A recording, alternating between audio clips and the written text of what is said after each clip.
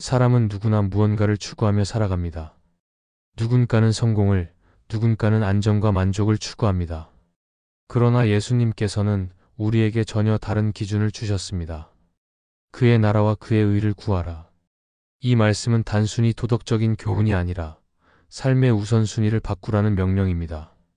세상의 기준이 아니라 하나님의 기준으로 살아가라는 부르심입니다. 하나님이 통치하시는 질서 안에서 그분의 뜻이 이루어지는 삶이 진짜 복된 삶이라는 것을 가르쳐 주십니다. 이 말씀은 지금 우리의 신앙에 꼭 필요합니다. 왜냐하면 우리는 너무 쉽게 세상의 가치에 따라 흔들리고 하나님의 나라보다 내 계획을 먼저 생각하기 때문입니다.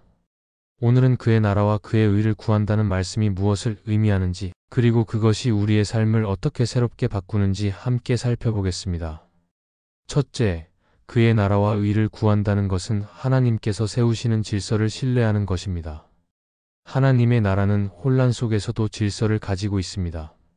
사람의 눈에는 세상이 불공평해 보일 때가 많지만 하나님의 시선에서는 모든 것이 정확한 때와 방법으로 움직입니다. 우리가 그의 나라와 의를 구한다는 것은 바로 그 하나님의 질서를 신뢰한다는 뜻입니다. 내 생각과 판단보다 하나님의 다스리심이 옳다는 것을 믿고 순종하는 마음입니다. 사람은 본능적으로 자신의 뜻을 먼저 이루려 합니다. 그러나 믿음의 사람은 하나님의 질서가 내 계획보다 높다는 것을 압니다.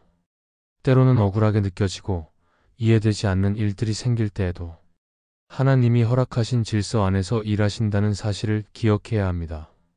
요셉의 인생을 보면 그는 형제들에게 버림받고 감옥에 갇히는 고난을 겪었지만 결국 하나님의 계획 속에서 애굽의 총리가 되었습니다.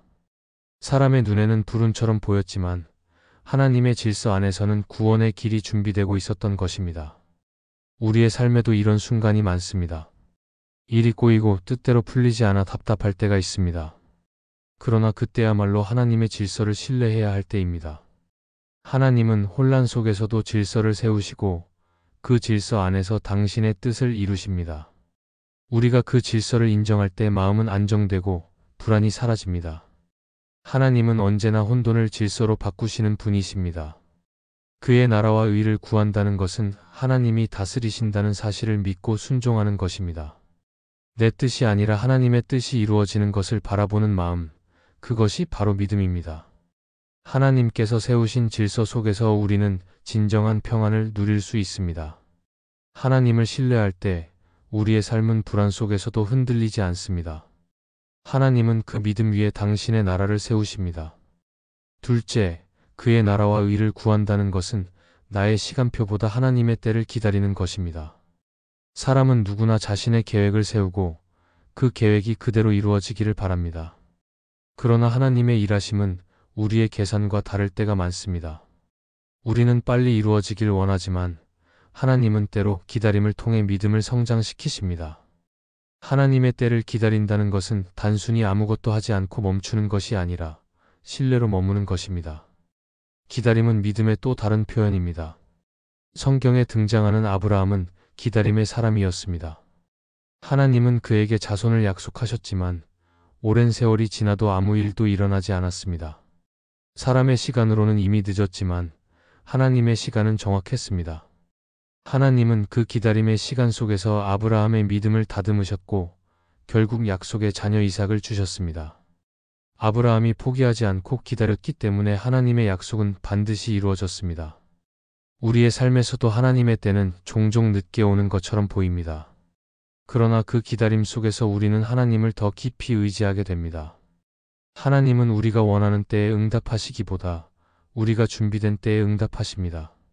하나님을 믿는다는 것은 결과보다 그분의 시기를 믿는 것입니다. 그의 나라와 의를 구하는 사람은 조급하지 않습니다. 눈에 보이는 결과보다 하나님이 일하시는 방법을 신뢰합니다. 하나님은 기다림의 시간을 통해 우리의 마음을 정결하게 하시고 그분의 뜻에 맞게 다듬으십니다. 그러므로 기다림은 낭비가 아니라 성장의 과정입니다. 하나님의 때를 신뢰하는 사람, 바로 그가 진정으로 그의 나라와 그의 의를 구하는 사람입니다. 셋째, 그의 나라와 의를 구한다는 것은 포기처럼 보이지만 결국 참된 자유를 얻는 길입니다. 하나님의 뜻을 따르는 길은 종종 손해처럼 보일 때가 있습니다. 세상의 기준으로 보면 양보하고 포기하는 것이 지는 것처럼 느껴집니다. 그러나 하나님의 나라를 구하는 사람은 그것이 패배가 아니라 진정한 자유의 시작임을 압니다. 하나님의 뜻에 자신을 맡기는 순간 우리는 더 이상 세상의 기준에 묶이지 않고 하나님 안에서 자유를 누리게 됩니다. 예수님은 십자가 앞에서 자신의 뜻을 내려놓으셨습니다. 그분은 내 뜻대로 마시고 아버지의 뜻대로 하옵소서라고 기도하셨습니다. 세상은 그것을 포기로 보았지만 하나님은 그 순종을 통해 인류를 구원하셨습니다. 그분의 포기 안에는 하나님의 나라가 세워졌고 그 순종 안에서 참된 승리가 이루어졌습니다. 하나님의 의를 구한다는 것은 바로 이런 선택을 의미합니다. 당장은 불편하고 어려워 보여도 그 길의 끝에는 진짜 자유가 있습니다. 우리도 살아가면서 내려놓아야 할 순간을 만납니다. 내 계획, 내 욕심, 내 생각을 내려놓고 하나님의 뜻을 선택해야 할 때가 있습니다. 그때는 손해처럼 보이지만 시간이 지나면 하나님께서 그 모든 것을 선하게 이끄셨음을 깨닫게 됩니다. 포기는 체념이 아니라 믿음의 표현입니다. 하나님의 뜻을 믿기 때문에 내려놓을 수 있고 내려놓기 때문에 진짜 평안을 얻습니다.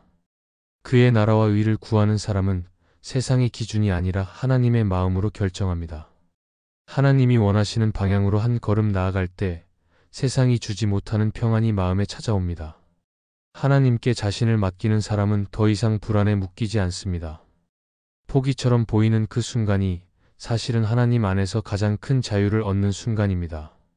하나님의 나라는 멀리 있는 것이 아니라 지금 우리의 마음과 삶 속에서 시작됩니다.